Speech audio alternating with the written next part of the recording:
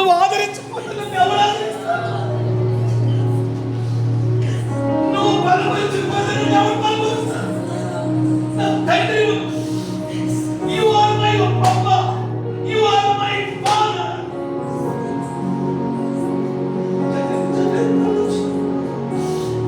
ఆదరిస్తాను, నేను బలపరుస్తాను, నేను ధైర్యపరుస్తాను, నీకు ఓదార్పునిస్తాను.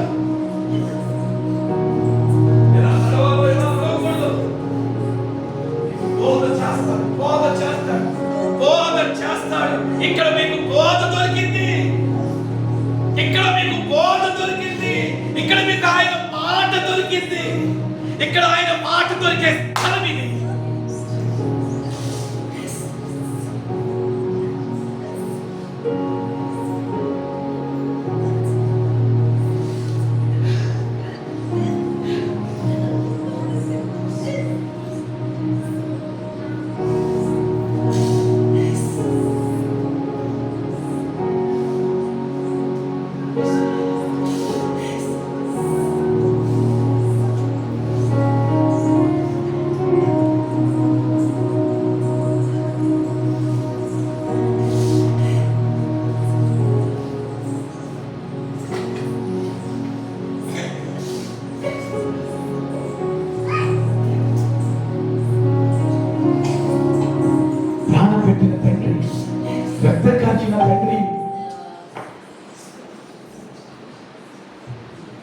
నిన్ను ప్రేమిస్తున్న తండ్రి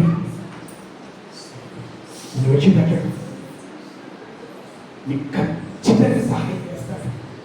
ఖచ్చితంగా నీకు సహాయం వచ్చింది, ఖచ్చితంగా నీకు డోర్ తెరవబడింది.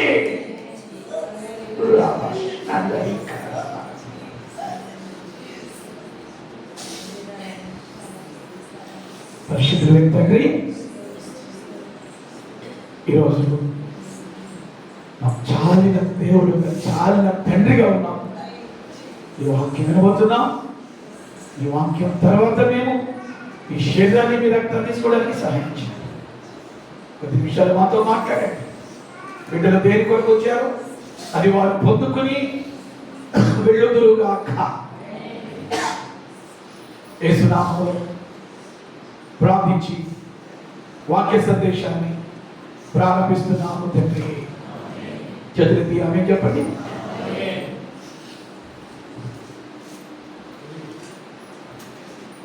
మత్తయి సువార్త 8వ అధ్యాయం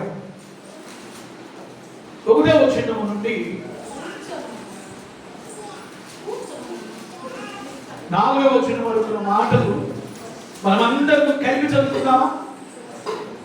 అందరూ కలిపి చదువుకుందాం. మత్తయి సువార్త 8వ అధ్యాయం 1 నుండి 4 వరకు ఉన్న మాటలు అందరూ కలిపి చదువుకుందాం. ఆయన కొండ మీద నుండి దిగి వచ్చినప్పుడు బహుజన సమూహములు ఆయనను వెంబడించెను. ఇదిగో కుష్ఠరోగి వచ్చి ఆయనకు మొక్కి, ప్రభువా, నీకిష్టమైతే నన్ను శుద్ధినిగా చేయగలవని. అందుకైన చెయ్యి చాపి వాని ముట్టి, నాకిష్టమే, నీవు శుద్ధులవు కమ్మని చెప్పాను. తక్షణమే వాని కుష్ఠరోగము శుద్ధి ఆయను. అప్పుడు యేసు, ఎవరితోనూ ఏమీ చెప్పకు సుమి, కానీ నీవు వెళ్ళి వారికి సాక్షాత్తుమై నీ దేహమును యాజకుని కనపరుచుకొని మోషే నియమించిన కానుకను సమర్పించమని వారితో చెప్పాను.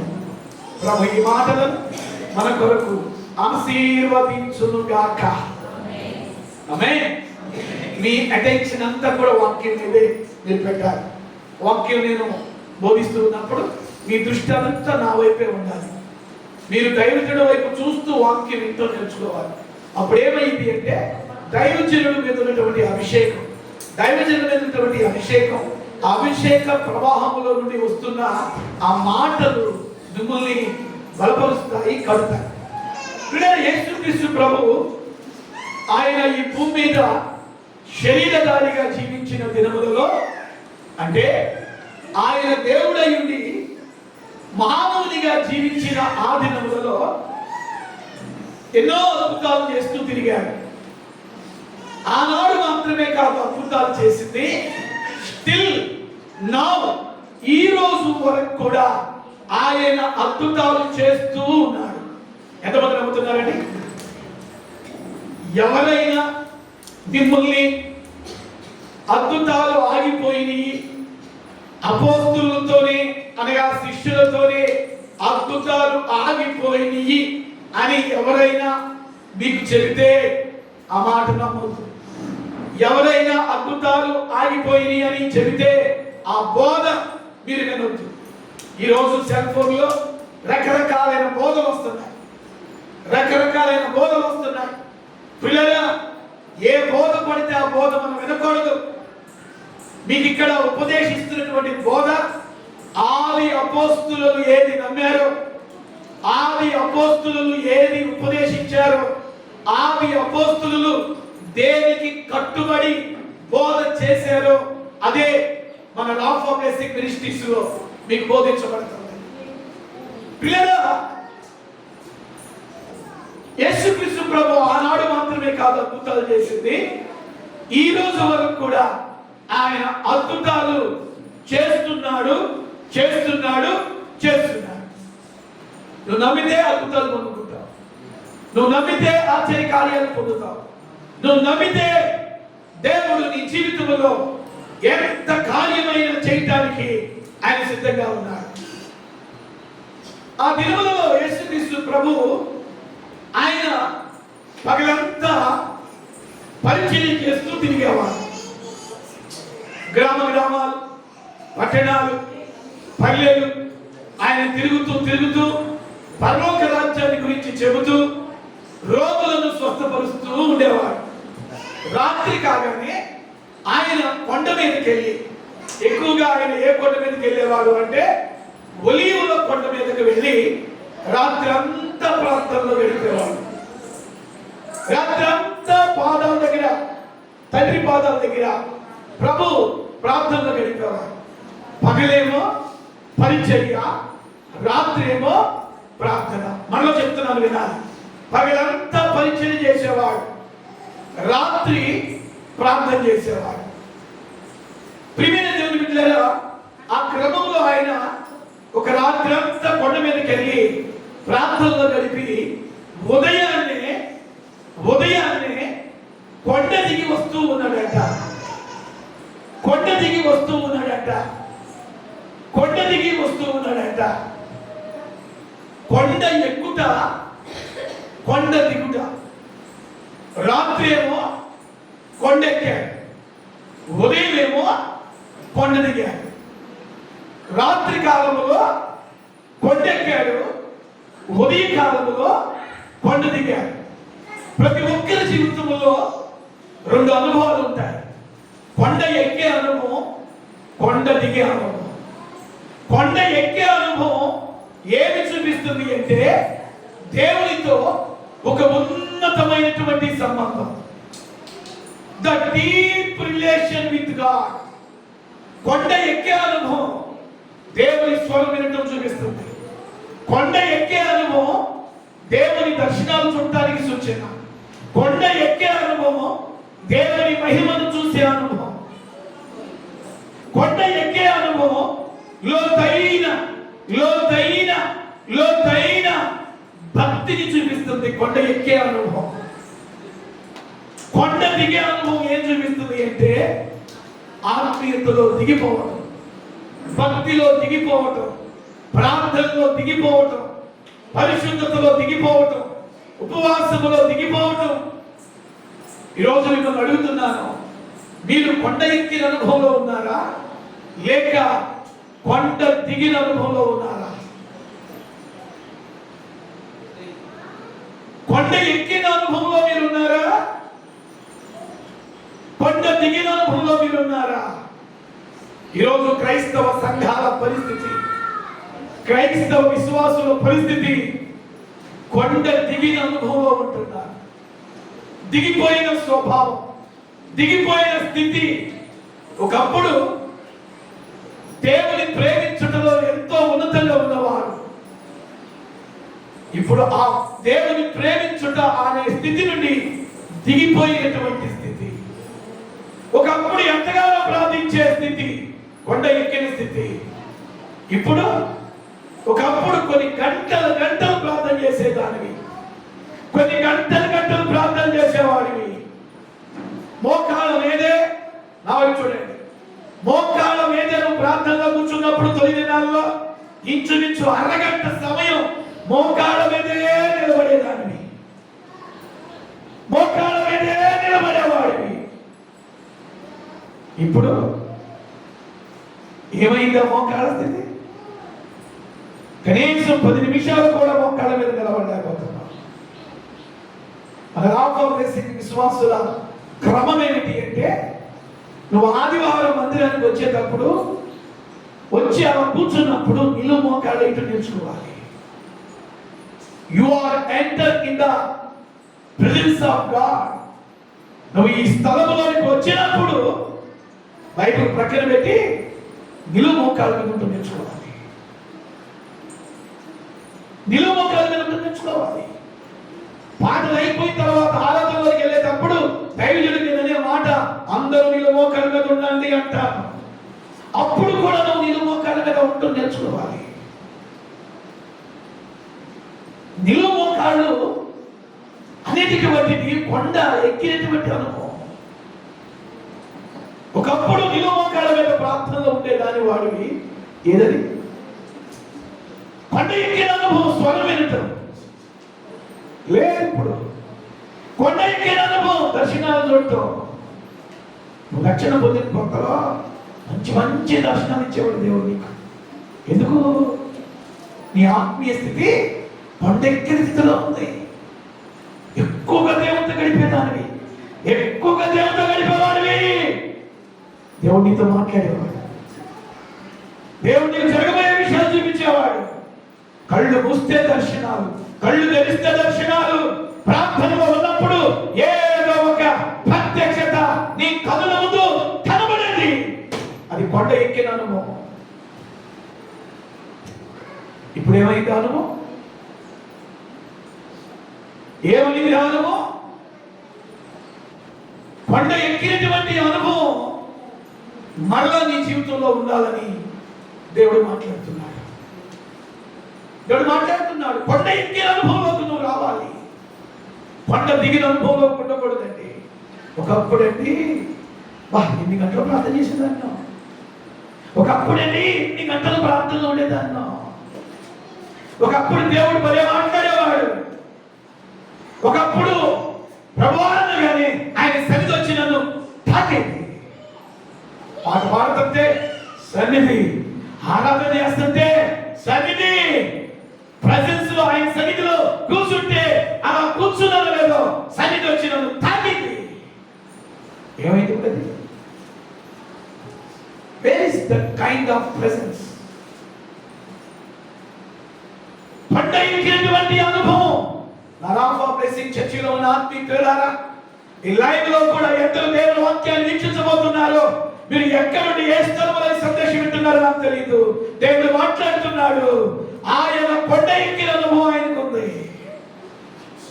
రాత్రి కొండ ఎక్కేవాడు, పగలు కొండ దిగేవాడు. మీ స్థితి ఏంటి? మీరు కొండ ఎక్కిన స్థితిలో ఉన్నారా? కొండ దిగిన స్థితిలో ఉన్నారా? కొండ ఎక్కిన స్థితి ఆత్మీయతలో ఉన్నతమైనటువంటి అనుభవం.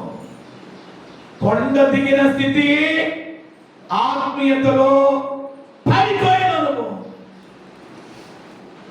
ఆత్మీయతలో దిగజారిపోయిన అనుభవం. ఈ లోకంతో రాజీపడే మాటలు వేరుగా ఉంటాయి. ఒకప్పుడు ఎదుటి వ్యక్తి నీ ముందు ఏదైనా జోక్ వేసినప్పుడు నువ్వు సహించేదాన్ని కదా, అది తప్పు. ఆ జోక్ వింటానికి కూడా నువ్వు గతించేవాడు. ఎందుకు? నీ ఆత్మీయత, నీ భక్తి కొండ ఎక్కిన స్థితిలో ఉన్నప్పుడు. ఇప్పుడు ప్రతిదీ కూడా వింటున్నావు. ప్రతిదీ కూడా చూసి ఆనందిస్తున్నావు. ఎవరైనా తిట్టుకుంటున్నా, ఎవరైనా మాట్లాడుకుంటున్నా ఆస్వాదిస్తున్నావు. అంటే నీవు కొండ దిగిన స్థితిలో ఉన్నావన్న సంగతిని నువ్వు తెలుసుకోలేకపోతున్నా. ఈ కొండ దిగిన భక్తిలో, ఆత్మీయతలో, దైవత్వంలో ఈ కొండ దిగిన అనుభవం కలిగిన వారు అన్నిటికీ రాజీపడతారు, అన్నిటికీ సమర్థించుకుంటారు. దేవుడు ఎంత గద్దిస్తున్నా గద్దెంపుకు లోపడరు. ఎందుకంటే వారి ఆత్మీయ స్థితి దిగిపోయింది. యేసుక్రీస్తు ప్రభు చెప్పిన ఉపమానంలో ఒకడు యెరూషలేము నుండి ఎక్కడికి దిగిపోయాడంట? ఎక్కడికి? యెరికోకు దిగిపోయాడంట. యెరూషలేములో ఉండాల్సిన వాడు, ఉన్నతమైన అనుభవంలో ఉండాల్సిన వాడు, శ్రేష్టతలో ఉండాల్సిన వాడు, మహిమకరమైన అనుభవంలో ఉండాల్సిన వాడు యెరూషలేము నుండి శపితమైన, నాశన కోపమైన యెరికోకు దిగిపోయాడంట.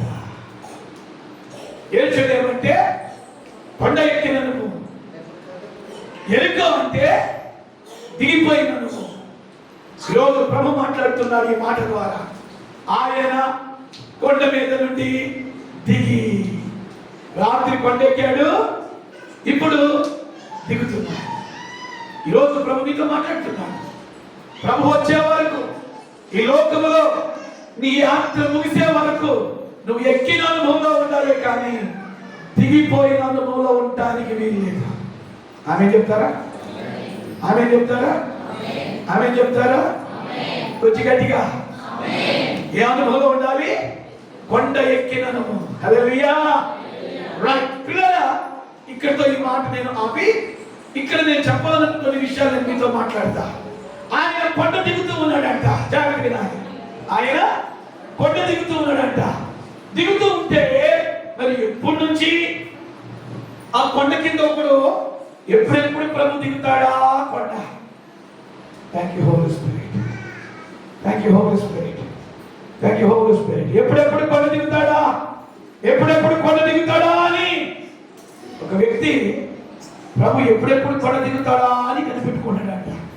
కొండ కింద కూడా ఉన్నాడు, కొండ మీద నుంచి ప్రభు దిగుతూ ఉన్నాడు.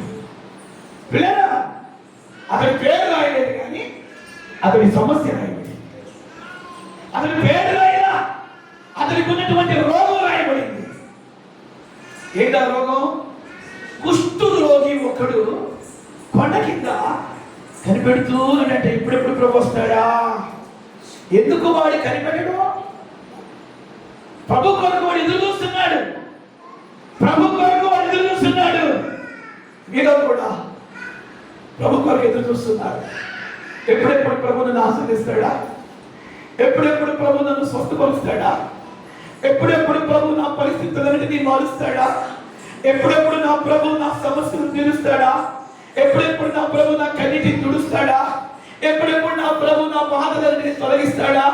ఎప్పుడెప్పుడు నా ప్రభు నాకున్నటువంటి అప్పుల నుండి పైకి లేపుతాడా అని వాడు ఎలాగైతే ప్రభు ఎప్పుడు దిగుతాడా కూడా అని కనిపెడుతున్నాడు. ఆ కుష్ఠరోగి ప్రభు కొరకు కనిపెడుతున్నట్టుగా మీరు కూడా ప్రభు చేసే అద్భుతాల కొరకు, ప్రభు చేసే కార్యాల కొరకు వారికి వలె మీరు కూడా కనిపెడుతున్నారు.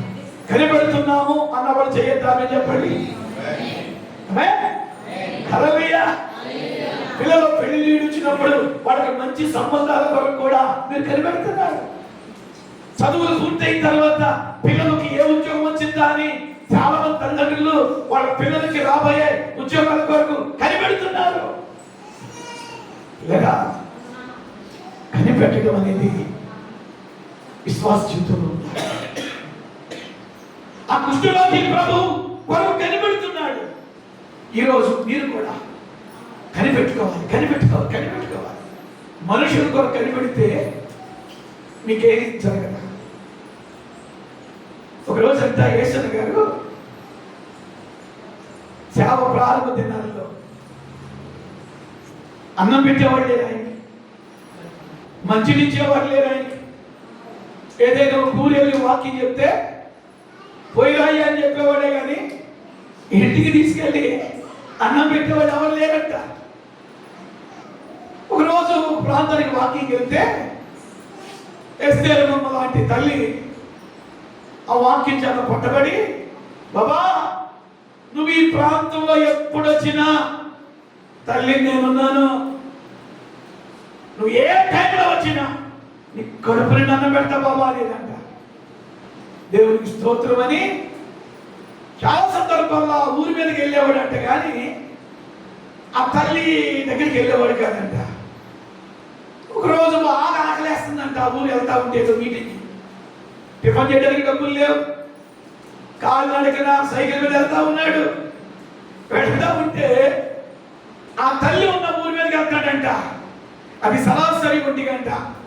ఆకలేస్తుంది, జేబు చూసుకున్నాడు, డబ్బులు లేవు. ఆ తల్లికి జ్ఞాపకం వచ్చింది. తల్లి జ్ఞాపకం వచ్చి, నిజంగా నేను ఎప్పుడు మీటింగ్కి వచ్చినా తల్లి నా ఇల్లుకి రాయ్యా భోజనం పెడుతున్నానని అని ఆయన ఏం చేశాడంటే, సరేలే ఎప్పుడు వెళ్తలేదు కదా అమ్మ దగ్గరికి, ఈరోజు ఆకలేస్తుంది వెళదామనుకుని సైకిల్ని ఆ తల్లి ఉన్న ఊరికి తిప్పాడంట. ఆ తల్లి ఉన్న ఊరికి తిప్పితే ఆ తల్లి ఉన్న ఆ ఇంటికి వెళ్ళిందంట. వెళ్ళాడంట. వెళ్ళేటప్పుడే రకరకాల ఆలోచనలు, నేను ఇప్పుడు వెళ్తాను, నా సైకిల్ శబ్దం విని లోపల నుండి వచ్చింది, బాబా వచ్చావా వందనాలని చెప్పింది, గట్టిగా చేతులు కొట్టుకునింది, ఇంట్లో తీసుకెళ్ళింది, కాస్త కాళ్ళు కూడా నీళ్ళిచ్చింది, ఏదో వండింది నాకు పెట్టింది, లేకపోతే వేడివేడిగా ఏదో పెట్టింది అని రకరకాలుగా ఆ తల్లి ఏం చేయబోతుందో ఆలోచించుకుంటూ వెళ్ళాడంట. సరిగ్గా రమ్మన్న తల్లి ఇంటి ముందుకు వెళ్ళగానే సైకిల్ స్టార్ట్ చేసి ఆ ఇంటి వైపులో చూడగానే ఎంత పెద్ద తాళం పడేసి ఉందంట. స్తోత్రం చెప్పండి. హల్లెలూయా. ఎంత పెద్ద అటు ఇటు చూసాడు, అడిగాడు, అమ్మా ఇక్కడ సువార్తమ్మ గారు ఉంటారు కదా, ఫలానా ఇద్దరం గారు ఉండాలి కదా అని అడుగుతా ఉంటే ఆమె ఊరెళ్ళి 2 వారాలు అయింది, ఇంకా 2 వారాల దాకా పొడుగు దగ్గరే ఉండితే ఇక రాదు అని చెప్పాడు. అంటే నేను ఇక్కడ ఏం చెప్పాలనుకున్నానంటే, ఆకలేస్తుంది దైవజనుడికి. దేవుని కొరకు కనిపెట్టాల్సిన ఆయన ఒక మనిషి కొరకు కనిపెట్టాడు. దేవుని వైపు చూడాల్సిన ఆయన కన్నులు ఒక మనిషి వైపుకి వెళ్ళి, సేవకులమైన మా జీవితాల్లో ఇలాంటి అనుభవాలు ఎరుగుతుంది. ఇలాంటి అనుభవం మా జీవితాలు ఎన్నో ఉన్నాయి. దేవుని ఆలోచన, దేవుని కోరిక ఏమై ఉంది అంటే, ఆయన బిడ్డలంగా మనం ఆయన వైపే చూడాలి. ఆయన బిడ్డలంగా నువ్వు ఆయన కొరకే కనిపెట్టుకోవాలి. వాక్యం చెప్తుంది, ఆయన కొరకు కనిపెట్టుకునే వారు ఎన్నడూ సిగ్గునొందరు.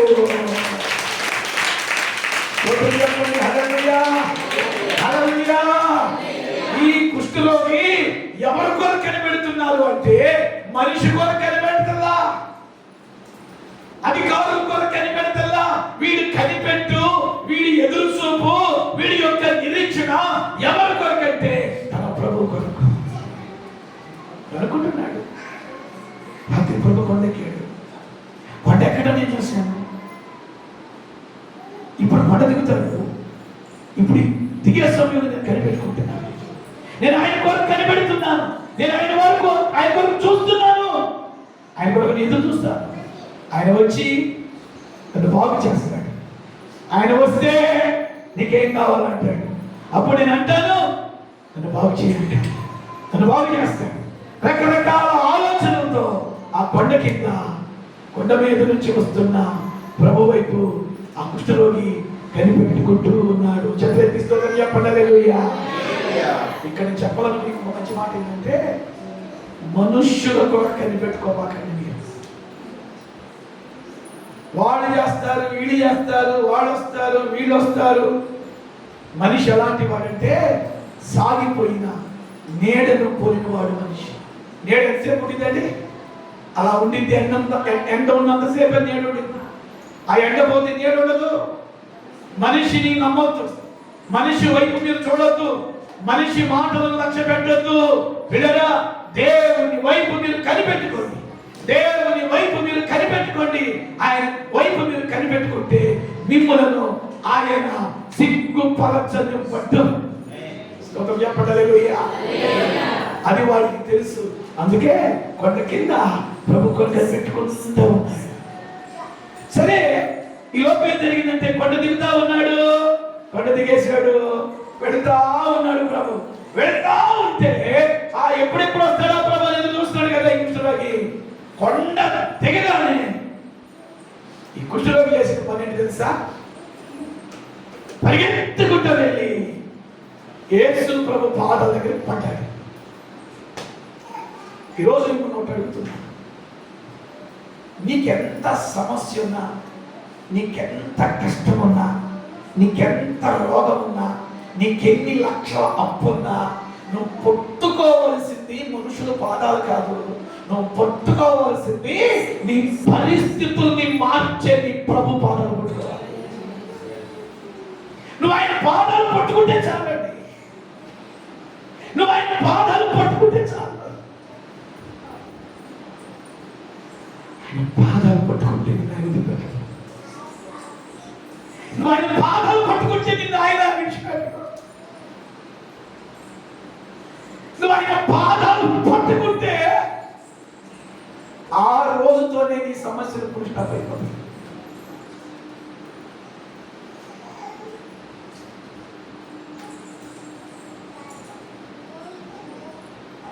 నేను ఆ మధ్య ఒకసారి మీటింగ్ వెళుతూ టిఫిన్ చేద్దామని పేటలో ఆగా, షెడ్యూల్ పేటలో ఆగా. నా ముందు టిఫిన్ చేస్తున్నటువంటి, ఎందుకంటే చెడ్డూరుపేటలో మంచి హోటల్ అది, చాలా నేను వెళ్ళేటప్పుడల్లా ఆ గుంటూరు సైడ్ మీటింగ్స్కి వెళ్తే ఉదయపూట మీటింగ్ ఉంటే ఖచ్చితంగా అక్కడ టిఫిన్ చేసేదంట. బాగుంది, చాలా బాగుంటుంది. దావుడు కూడా చాలాసార్లు నాతో వచ్చాడు. టిఫిన్ చేస్తూ ఉన్నాను, నా ముందు ఒక వ్యక్తి ఫోన్లో మాట్లాడుతున్నాడు. అతనికి ఏదో అవసరం ఉందనుకుంటా, ఎదుటి వ్యక్తిని అడుగుతున్నాడు, సార్ సార్ సార్ నాకు చాలా అవసరం సార్, చాలా నాకు అవసరం సార్, సార్ సార్ నీ చేతులు పట్టుకుంటాను సార్, చేతులు పట్టుకుంటాను సార్, సార్ సార్ సార్ అంటూ ఉంటే ఆ ఎదుటి వ్యక్తి అది మాట్లాడుతుంటే నిజంగా ఎదుటి ఫోన్లో ఉన్నవాడికి ఎలా ఉందని నాకు తెలియదు, కానీ నాకైతే మాత్రం గుండె కరిగిపోతుంది, హృదయం చలించిపోతుంది. ఏదో అతనికి ఏదో అవసరం ఉంది. ఆ అవసరం కొరకు ఫోన్లో చాలా హక్కులుగా రిక్వెస్ట్ చేస్తున్నాడు సార్ సార్ సార్ సార్ మీ చేతులు పట్టుకుంటాననే స్థాయి పడింది. చివరికి స్వామి కాళ్ళు పట్టుకుంటాను సార్, నాకు నాకు ఈ ఒక్క సహాయం చేయండి సార్ అన్నలేకి విడారా. నాకు ఎట్లా అనిపించిందంటే, ఇక ఇతను ఎంత కష్టంలో ఉన్నాడా, ఇతను ఎంత బాధలో ఉన్నాడా, ఆ మాట వింటనే నాకే కళ చేసింది. అడిగాను, ఫోన్ మాట్లాడిన తర్వాత అడిగాను, కొంచెం అభిప్రాయం వేసుకుంది, 55-60 ఉంటాయి సార్, మీరు ఏమనుకోకూడదు మాట్లాడుతున్నాం, మీరు ఎదుటి వ్యక్తిని ఏదో మీరు ఇబ్బందులు ఉన్నారని మాత్రం నాకు అర్థమవుతుంది, ఏదో నాకు అవసరంతో ఉన్నారని మాత్రం నాకు అర్థమవుతుంది. అందుకే మీరు ఎదుటి వ్యక్తిలో ఫోన్లో మాట్లాడే వ్యక్తితో చేతులు పట్టుకునే స్థాయికి వచ్చారు, చివరికి కాళ్ళు కూడా పట్టుకుంటాను అంటున్నారండి.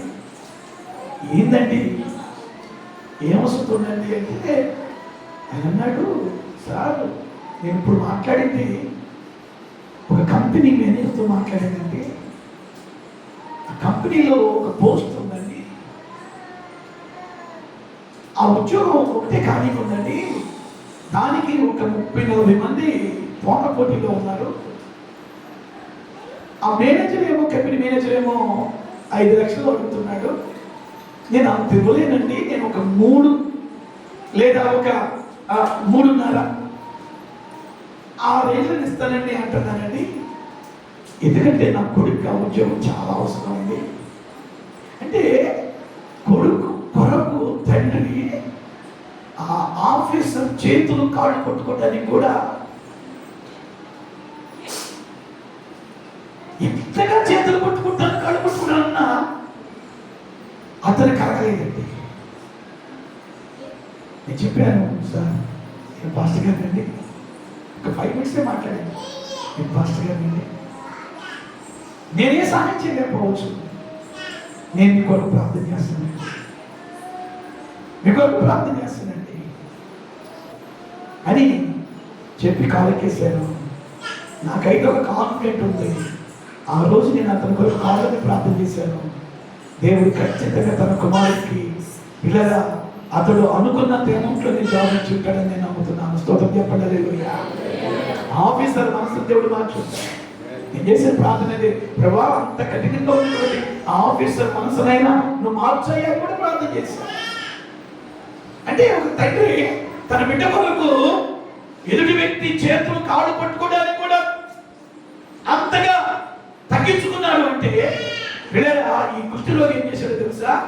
కొండ కింద ఉండి ప్రభు రాగానే అమాంతు వెళ్ళి, నవ్వు చూడండి, అమాంతు వెళ్ళి ఆయన పాదాలు పట్టుకున్నాడు. ఆయన పాదాలు పట్టుకున్నాడు. తెలుగులోనేమో మొక్కి మొక్కి అనే మాట ఉంది, ఇంగ్లీష్లోనేమో వర్షిప్ అనే మాట ఉంటుంది. గ్రీకులోకి ఆ గ్రీకు యొక్క హెబ్రీ భాషలో మనం చూస్తే ఆ మొక్కి అనే మాట ఇంకొక రకంగా రాశాడు. ఆ పుష్టిలో గంట తగ్గించుకొని, అంటే ఒక్కొక్క మాటకి ఎన్నో అర్థాలు ఉంటాయి. ఇంగ్లీష్లో ఏమో మొక్కి అనే మాట వర్షిప్ అన్నాడు. అదే గ్రీకు హెబ్రీలో తగ్గించుకొని తగ్గించుకొని. ఒక అద్భుతం ప్రభు నీ జీవితంలో ఇవ్వాలి అంటే ఖచ్చితంగా తగ్గింపు జీవితం ఉండాలి. తగ్గించుకోవాలి. నీ మాటల్లో తగ్గింపు కనబడాలి, నీ ప్రవర్తనలో తగ్గింపు కనబడాలి, నీ బిహేవియర్లో తగ్గింపు కనబడాలి, నీ నడవడికలో తగ్గింపు కనబడాలి. తగ్గింపు తగ్గింపు తగ్గింపు. ఈ కుష్టిలోకి బ్రొక్కి అనే మాట తగ్గింపును చూపిస్తుంది. దేవుని బిడ్డలమైన మన జీవితాల్లో దేవుడు అద్భుతము చేయాలి అంటే ఖచ్చితంగా తగ్గింపు మీద ఆధారపడి ఉంటుంది. నవ్వు చూడండి, అద్భుతము డిపెండ్ ఆన్ హంబుల్నెస్. తగ్గింపు హృదయం మీరు కలిగి ఉంటే అద్భుతం జరిగింది. ఈరోజు మీరు ఎంత మటుకు మీరు తగ్గించుకోగలుగుతున్నారు? నీ భర్త ఎదురు నువ్వు తగ్గించుకోగలుగుతున్నావా? నీ సేవకుల ఎదురు నువ్వు తగ్గించుకోగలుగుతున్నావా? నీకైతే వయసులో పెద్దవాళ్ళ ఎదుట తగ్గించుకోగలుగుతున్నావా? దేవుని బిడ్డలమైన మన జీవితాల్లో తగ్గింపు తగ్గింపు తగ్గింపు అనేది ఉండాలి. ఆ కుష్టిలోకి జీవితంలో తగ్గింపు కనబడుతుంది. తగ్గింపు ద్వారానే ఆశీర్వాదం, తగ్గింపు ద్వారానే అభివృద్ధి, తగ్గింపు జీవితం ద్వారానే ఒక అద్భుతము దేవుడు చేస్తాడన్న విషయాన్ని నేను జ్ఞాపకం చేస్తున్నాను. దేవుని బిడ్డల జీవితాల్లో తగ్గింపు కనబడాలి. కనబడుతుందా మీ జీవితంలో తగ్గింపు? తగ్గింపుకు ఆపోజిట్ వర్డ్ ఏంటంటే వెయిన్, ప్రౌడ్ అంటారు, అంటే గర్వము. దేవుని బిడ్డల జీవితాలను చచ్చిపోవాలి. గర్వం సమాధి చేయబడకపోతే, బియ్యలు మూడి అనే దైవజనుడు అంటాడు, నీ జీవితంలో ఉన్న గర్వాన్ని నువ్వు సమాధి చేయకపోతే ఆ గర్వము నిన్ను సమాధి చేసింది అంటాడు. ఈ మాట అర్థమైంది చేయొచ్చు, స్తోత్రం చెప్తారా? బాగా అర్థమైతే 2 చేతులు ఎత్తుతారా? కొంచెం గట్టిగా. ఆయన అన్న మాట, బియ్యలు మూడి గారు అన్న మాట, నీ జీవితంలో ఉన్న గర్వాన్ని నువ్వు సమాధి చేయకపోతే ఆ గర్వమే నిన్ను సమాధి చేసింది. కొంతమంది ఎంత గర్విస్తారో వారికి ఉన్న హోదాను బట్టి, వారికి ఉన్న స్టేటస్ ను బట్టి, వారికి ఉన్నటువంటి సిరి సంపదలను బట్టి, వారికి ఉన్నటువంటి ఆ బ్యాంక్ బ్యాలెన్స్ ను బట్టి, వారికి ఉన్నటువంటి టాలెంట్స్ ను బట్టి, వారికి ఉన్నటువంటి జ్ఞానాన్ని బట్టి, వారికి ఉన్నటువంటి సౌందర్యాన్ని బట్టి రకరకాలైనటువంటి గర్వాలు. కొంతమందికి భక్తి గర్వం కూడా. ఈ కుష్ఠరోగి జీవితంలో అద్భుతం ముందు ప్రభు చేశాడు. కారణం వాడు మ్రొక్కేను అనే మాట ఉంది. ఇది ఏం చూపిస్తుంది అంటే ఒక వ్యక్తి జీవితంలో కలిగి ఉండవలసిన తగ్గింపు. యేసు ప్రభు చెప్పాడు, తన్ను తాను తగ్గించుకునేవాడు హెచ్చించబడును, తన్ను తాను హెచ్చించుకునేవాడు తగ్గింపబడును. విశ్వాసంతో మాట్లాడేటప్పుడు కూడా నీ మాటల్లో తగ్గింపు ఉండాలి. గొప్పలు చెప్పుకోకూడదు, అతిశయించకూడదు, అహంకారాన్ని ప్రదర్శించకూడదు. జ్ఞాని అయిన సొలొమోను అంటాడు, నాశనమునకు ముందు గర్వము నడుచును, పడిపోవటానికి ముందు అహంకారమైన మనసు పుట్టును.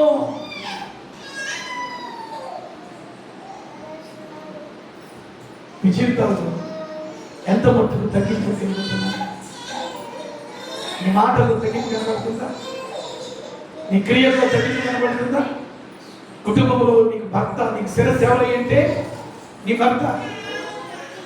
కుటుంబానికి శిరస్సు నీ భర్త, భర్తకి శిరస్సు దేవుడు. నాడు చూడండి, వినండి, కుటుంబంలో స్త్రీలారా నీకు శిరస్సు ఎవరంటే నీ భర్త, భర్తకి శిరస్సు దేవుడు. ఆ శిరస్సుకు లోబడుతున్నావా? ఆ శిరస్సు ఎందుకు తగ్గించుకుంటున్నావా? కొంతమంది స్త్రీలు అండి భర్తలు అన్నకు కూడా మాట్లాడంటారండి. బైబిల్లో శారా అనేటువంటి తల్లి ఉంది. ఆమె గురించి బైబిల్ చెప్తుంది, తన భర్త అయినటువంటి అబ్రహామునంట యజమానుడా అని పిలిచేదంట. దాని ఇంగ్లీష్లో ఏమంటారంటే మై మాస్టర్, మై బాస్. ఈరోజు కుటుంబాల్లో కూడా తగ్గింపు కనబడాలి. గర్వంగా మాట్లాడటం, నా భర్తే కదా, నా భార్యే కదా, నా బిడ్డలే కదా, మా విశ్వాసులే కదా, మా సేవకులే కదా. గర్వపు సంభాషణ, గర్వపు మాటలు, గర్వపు పలుకులు, గర్వపు ప్రవర్తన అది ఏమాత్రం కూడా ఉండడానికి వీల్లేదు. వాడు మ్రొక్కి, ఎవరు మ్రొక్కి చెప్పాలి? ఎవరు మ్రొక్కి? కుష్ఠరోగి ప్రభు పాదములను మ్రొక్కి. ఆ మ్రొక్కడం అంటే ఎందుకండి? ఇంకొక మాట చెప్పి నేను ముగిస్తా. ఎందుకండి? మ్రొక్కి,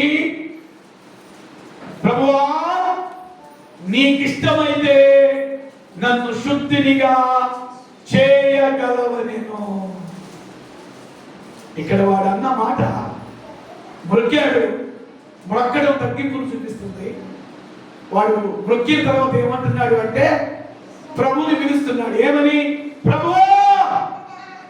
నాకు చూడండి, ప్రభు అనే మాటకి అర్థం ఏంటంటే ప్రభుత్వం చేయువాడా, ఏలుబడి చేయువాడా. ఈ మాట మనకు నేర్పిస్తున్న రెండో పాఠం ఏంటంటే దేవునికి నీ మీద అధికారానికి ఒప్పుకోవాలి. సామెతల గ్రంథం 3:6 సొలొమోను అంటాడు, నీ ప్రవర్తన అంతటి యందు ఆయన అధికారానికి ఒప్పుకొనుము, అప్పుడు ఆయన నీ త్రోవలను సరళము చేయును.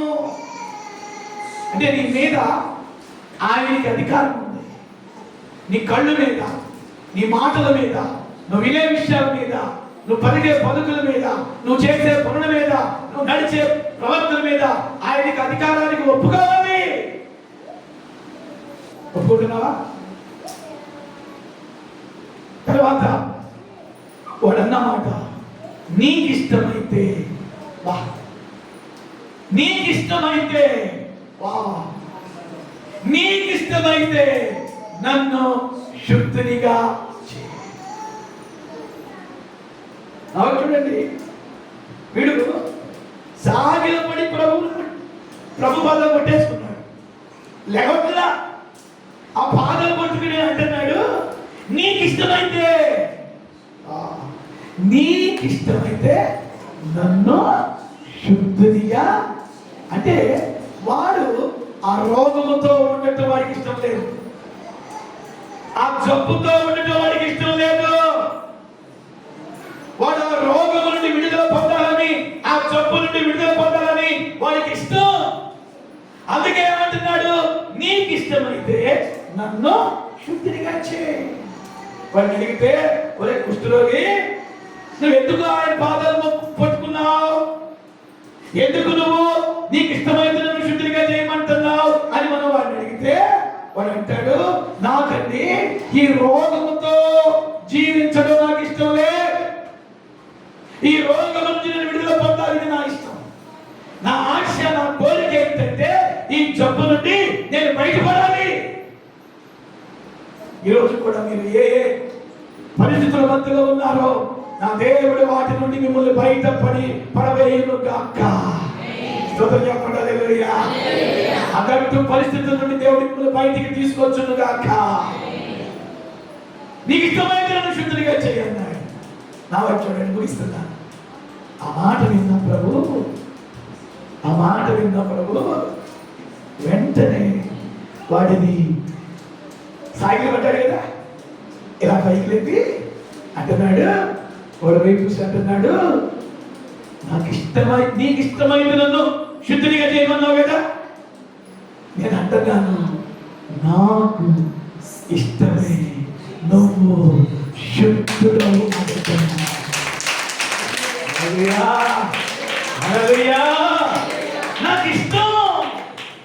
నాకు ఇష్టం బిడ్డ నువ్వు రోగం నుండి విడుదల పొందుతాం. నాకు ఇష్టం బిడ్డ నువ్వు స్వస్థత పొందుతాం. నాకు ఇష్టం బిడ్డ నువ్వు సమస్య నుంచి విడిపించబడతాం. నాకు ఇష్టం బిడ్డ నువ్వు ఈ కష్టాల నుండి బయటపడతాం. నాకు ఇష్టం బిడ్డ నీ అప్పు నుండి నువ్వు బయటికి పడటం నాకు ఇష్టం. నువ్వు ఆశ్రయించబడటం నాకు ఇష్టం. నువ్వు దీవించబడటం నాకు ఇష్టం. నువ్వు సమాధానంగా ఉండటం నాకు ఇష్టం. అనేకులకు పెట్టేదానిగా పెట్టేవాడిగా ఉండటం నాకు ఇష్టం.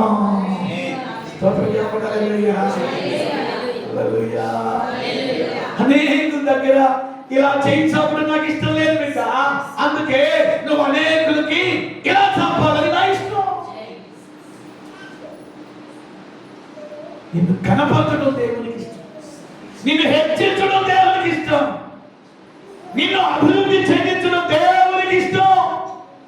నీ పిల్లల్ని ఉన్నతమైన స్థానంలో కూర్చోబెట్టడము నా దేవునికి ఇష్టం.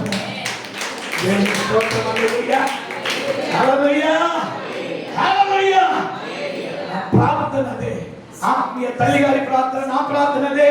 నా బిడ్డలు అందరూ కూడా, తాపంలో శిక్షించుకున్న బిడ్డలందరూ కూడా హై పొజిషన్ లో ఉండాలి.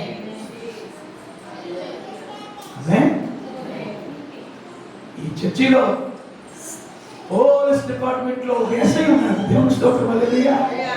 హల్లెలూయా. అట్లా అన్ని డిపార్ట్మెంట్ లో ఉండాలి. అన్ని డిపార్ట్మెంట్ లో డాక్టర్స్ ఉండాలి, లాయర్స్ ఉండాలి, టీచర్స్ ఉండాలి, సాఫ్ట్వేర్ ఇంజనీర్స్ ఉండాలి. వ్యాపారవేత్తలు కూడా ఉండాలి. లూథియా లాంటి వ్యాపారవేత్తలు కూడా సంఘములో ఉందరు గాక. హల్లెలూయా. బర్నబా లాంటి వ్యాపారవేత్తలు కూడా సంఘంలో ఉండాలి. మా ప్రార్థన ముగిస్తున్నాను. ఏమన్నాడు? నీకు ఇష్టమైతే నన్ను. అప్పుడు ప్రమాణ మాట ఏం చెప్పండి, అందరూ ఒకే కంఠంతో చెప్పండి, నాకు ఇష్టమే నీవు. ఆయనకి ఇష్టం మీరందరూ చూపించండి. అవే చెప్పండి. మంచి ఆరోగ్యంగా ఉండటం దేవునికి ఇష్టం అండి. సైకిల్ గారి ఇష్టం ఏంటి? నువ్వెప్పుడు మంచంలో ఉండటం, నువ్వెప్పుడు తగ్గుకోవటం, నువ్వెప్పుడు రోగంతో ముక్కుతూ ఉండటం వాడి ఇష్టం. కానీ దేవుని ఇష్టం ఏంటో తెలుసా? లేక తోడవలే నువ్వు కంతులు వేయటము దేవుని ఇష్టం.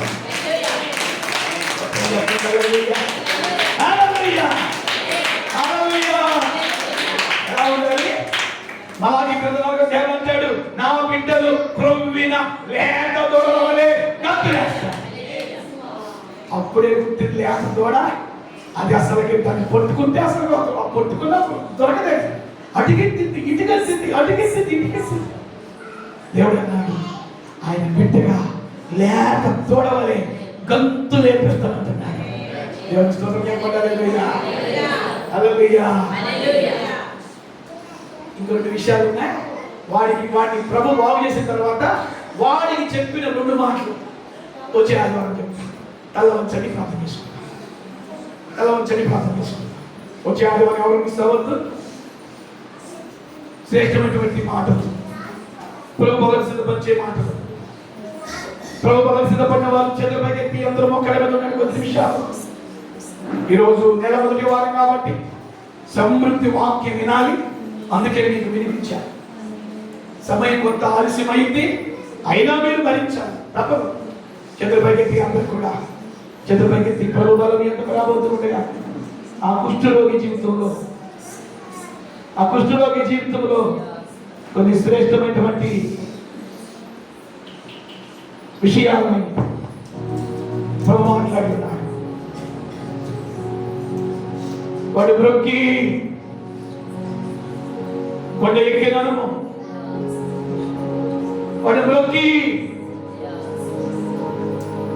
వాడి ప్రభు అన్నాడు, నాకు ఇష్టం పెట్టాను, నువ్వు అన్ని రంగాల్లో దీవించబడాలి, అన్ని రంగాలు అన్నిట్లోనూ దీవించబడాలి.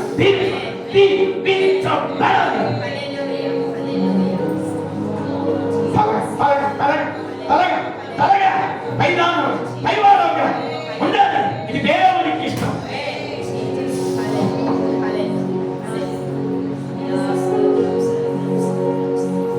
ఈ మాటలు ప్రభు మీ జీవితంలో ఆశీర్వదించును గాక. నేను నీకు అప్పగించిన దానిని ప్రభావం పొందితిని. ప్రభు అయిన యేసు తన అప్పగింపబడు రాత్రి ఒక రొట్టెను పట్టుకొని వేరొచ్చి, ఇది మీ కొరకై విడబడుతున్న శరీరం, దీన్ని తిన్నప్పుడల్లా నన్ను జ్ఞాపకం చేసుకున్నామని ఆయన వారితో చెప్పారు. ప్రభు శరీరం మీ యొక్క రాబోతుంది. ప్రార్థన చేద్దాం. ఇప్పుడు వరకు ప్రభు చెప్పిన మాటలు మీ జీవితాలలో ఆశీర్వాదకరంగా మారును గాక. ప్రార్థన చేద్దాం. మన మధ్యలో ఆదరణ ప్రార్థన చేస్తాం.